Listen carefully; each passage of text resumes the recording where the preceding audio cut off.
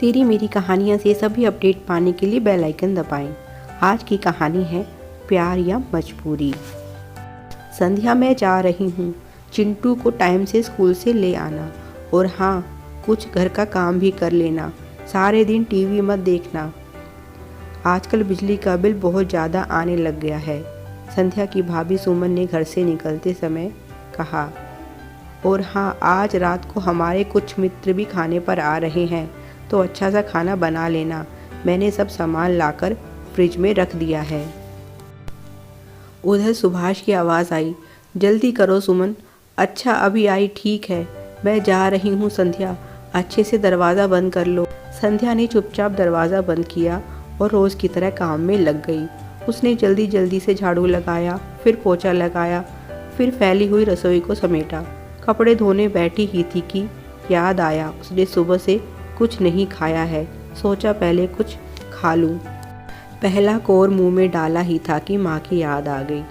संध्या सोचने लगी कैसे माँ उसके पीछे पीछे लगी रहती थी नाश्ता करवाने के लिए। वह भी उस समय बहुत नखरे करती थी खाना खाने में। माँ, अभी भूख नहीं है, थोड़ी देर में खा लूँगी। तब माँ समझाती, खाली पेट काम नहीं किया जाता, अगर पेट में कुछ होगा तो ही दिमाग चलेगा। उस समय संध्या बीए में पढ़ती थी। तब संध्या किसी महारानी से कम नहीं थी। माँ तो उसे अपने आप से पानी का गिलास भी नहीं लेने देती थी, बस यही कहती थी कि तुम मन लगाकर पढ़ाई करो। जब कभी संध्या गलती से रसोई घर में जाकर कुछ काम करने लगती तो यही सुमन भाभी संध्या से कहती, ननद रानी, अभी तुम्हारे खेलने खाने के दिन है, यह सब तो ससुराल जाकर करना ही है, अभी मन लगाकर अपनी पढ़ाई करो। भैया भी उसे कितनी अच्छी तरह से बात करते थे, पर जब से माँ गई है तब से घर का सारा माहौल ही बदल गया है। अब वही संध्या घर की नौकरानी बनकर रह गई है। और रही बात पढ़ाई की, तो वह तो कब की छूट गई है। संध्या पढ़ लिखकर एक शिक्षिका बनना चाहती थी। उसकी माँ का भी यही सपना था, इसीलिए संध्या जी जान से पढ़ाई करती थी। अड़ोस पड़ोस में उससे ज़्यादा होशियार कोई लड़की नहीं थी। सभी उसकी बहुत तारीफ करते थे और सबको यकीन था कि संध्या एक दिन अपना सपना ज़रूर पूरा करेगी। पिता का साया तो बहुत पहले ही संध्या के सर से उठ गया था, और फिर एक दिन माँ भी चल बसी। याद है संध्या को वह दिन। उस दिन वह कितना रोई थी, और कई रातें उसने यूं ही रोते हुए बिना कुछ खाए बिता दी थी। पर किसी ने उसकी सुध नहीं ली। उसकी सुध लेने वाली, उसे प्यार करने वाली तो चली गई थी। अब तो वह घर पर सिर्फ एक बोझ की तरह ही थी, जो हमेशा भाई भाभी की आंखों में खटकती रहती। अब रिश्तेदारों ने भी बोलना शुरू कर दिया था कि संध्या की शादी करके अपनी जिम्मेदारियों से छुटकारा पाओ, पर उसकी भाभी सुमन उम्मीद से थी। इसी वजह से वह संध्या की शादी के लिए अभी तैयार नहीं थी, क्योंकि वह जानती थी बच्चे को संभालने के लिए आया रखनी पड़ी तो बहुत ज़्यादा खर्चा बढ़ जाएगा, और फिर आया का भरोसा भी नहीं है, और संध्या की शादी में भी बहुत खर्चा होगा। इसीलिए वह अभी संध्या की शादी नहीं करना चाहती थी। एक दिन संध्या ने अपने भाई से कहा, भैया, मैं बीएड में एडमिशन लेना चाहती हूँ। आपको तो पता है कि मेरे कितने अच्छे नंबर आए हैं, बहुत ही आसानी से दाखिला हो जाएगा, आपका ज़्यादा खर्चा भी नहीं आएगा, और बस आपकी इजाज़त चाहिए। भाई कुछ कहता, उससे पहले भाभी बोल पड़ी, अब पढ़ लिख कर तुम क्या करोगी? हो सकता है जल्दी ही तुम्हारी शादी हो जाए, पता नहीं ससुराल वाले कैसे मिले, इसलिए अच्छा होगा कि घर गृहस्थी के काम करना सीखो। इस पढ़ाई लिखाई के फितूर को दिमाग से निकाल दो। संध्या को तो जैसे अपने कानों पर यकीन ही नहीं हुआ कि यह वही भाभी है जो पहले उसे एक चम्मच तक नहीं उठाने देती थी, और अब इस तरह की बातें कर रही है। संध्या बोली, पर भाभी, आप तो हमेशा से चाहती थी कि मैं अपना सपना पूरा करूं, तो फिर अब क्या हो गया? उसकी भाभी बोली, पहले माँ की मोटी पेंशन आया करती थी, जिससे घर का खर्चा आराम से चल जाता था। अब तुम तो जानती ही हो, मैं और तुम्हारे भैया प्राइवेट नौकरी करते हैं, घर का खर्चा चलाना ही मुश्किल हो रहा है। ऊपर से चिंटू की डिलीवरी में भी बहुत खर्चा हो गया। अब तुम्हारी पढ़ाई। ना बाबा ना, हमारे पास इतना पैसा नहीं है कि तुम्हारी पढ़ाई भी करवाएं और तुम्हारी शादी भी करवाएं। अच्छा होगा तुम अपना मन घर के काम में लगाओ, यही चलकर काम आएगा आगे ससुराल में। बस वह पहली और आखिरी बार था जब संध्या ने अपने भाई भाभी से कुछ मांगा था। उसके बाद संध्या ने जैसे अपने होठ सील लिए और जैसा उन्होंने चाहा संध्या ने खुद को वैसा ही ढाल लिया। धीरे धीरे यूं ही समय निकलता रहा और इस तरह माँ को गए हुए भी 7 साल हो गए। चिंटू भी अब स्कूल जाने लगा था, पर उसके भाई भाभी ने उसके लिए अभी तक कोई रिश्ता नहीं ढूंढा था।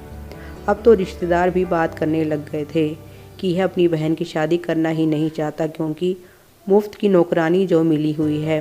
पर उसके भाई भाभी के कानों पर जू तक नहीं रेंगती थी। संध्या की सभी सहेलियों की शादी हो गई थी, लगभग सबके ही बच्चे हो गए थे। एक संध्या ही थी जो अभी तक कुंवारी थी। धीरे धीरे संध्या 35 के पार हो गई और अब तो उसके लिए रिश्ते आना भी बंद हो गया। अब तो संध्या भी समझ गई थी कि भाई भाभी उसकी शादी करना ही नहीं चाहते हैं। एक दिन उसने अपनी भाभी को भैया से बात करते हुए सुना। वे भैया से कह रही थी, मेरी एक दूर की रिश्तेदार ने एक बहुत अच्छा लड़का बताया है संध्या के लिए। संध्या ने जो कुछ सुना उससे उसका दिल पूरी तरह से टूट गया। संध्या सारी रात फूट फूट कर रोती रही। जब वह सुबह उठी तो उसने एक निर्णय ले लिया था कि अब से अपनी ज़िंदगी के फैसले वह खुद करेगी। वह अपनी सहेली मधु को फ़ोन करती है और कहती है, मधु, मैं विनोद जी से मिलने के लिए तैयार हूँ, क्या तुम हमारी एक मुलाकात करवा सकती हो? मधु कहती है, हाँ संध्या, जब भी तुम कहो। तो एक काम करते हैं, सोमवार को मिलते हैं। मधु संध्या की सहेली है और वह संध्या के बारे में सब कुछ जानती है। उसी ने संध्या को सुझाव दिया था कि वह विनोद से शादी कर ले। विनोद एक विधुर है और 2 बच्चों का पिता है। असल में विनोद संध्या का सीनियर हुआ करता था और वह संध्या को मन ही मन बहुत प्यार करता था, पर कभी संध्या को कुछ कहने की उसकी हिम्मत ही नहीं हुई।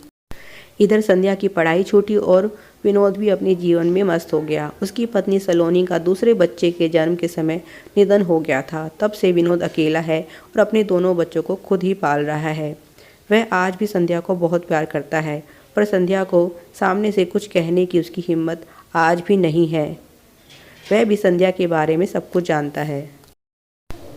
सोमवार को संध्या और विनोद की मुलाकात होती है। संध्या विनोद को अपने बारे में सब कुछ बताती है और विनोद भी संध्या को अपने बारे में सब कुछ सच सच बता देता है।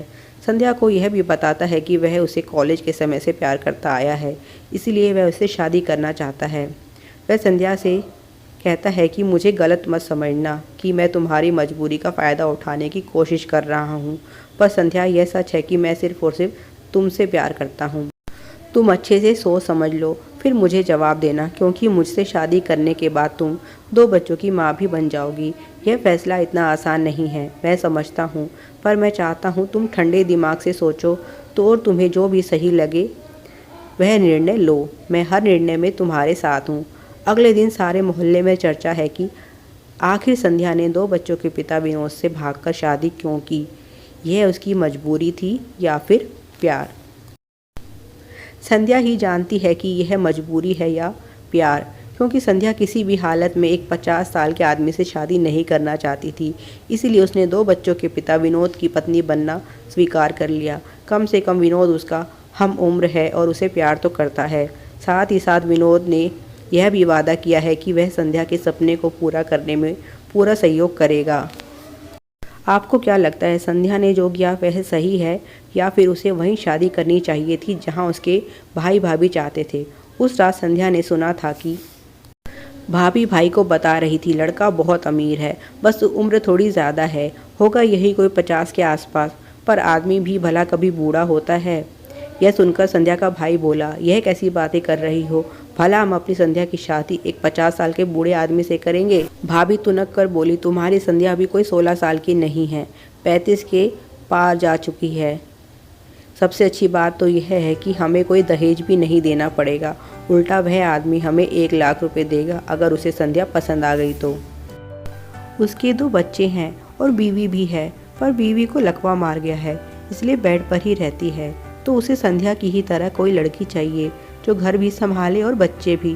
बस हमें कोई अच्छा सा मुहूर्त देकर संध्या की शादी कर देनी चाहिए। इतना अच्छा रिश्ता दोबारा नहीं मिलेगा। संध्या को तो अपने कानों पर यकीन ही नहीं हुआ कि उसके भाई भाभी शादी के नाम पर उसका सौदा करने चले हैं। बस उसी पर संध्या ने विनोद से शादी करने का फैसला कर लिया था। Please like, share and subscribe. Thanks for watching.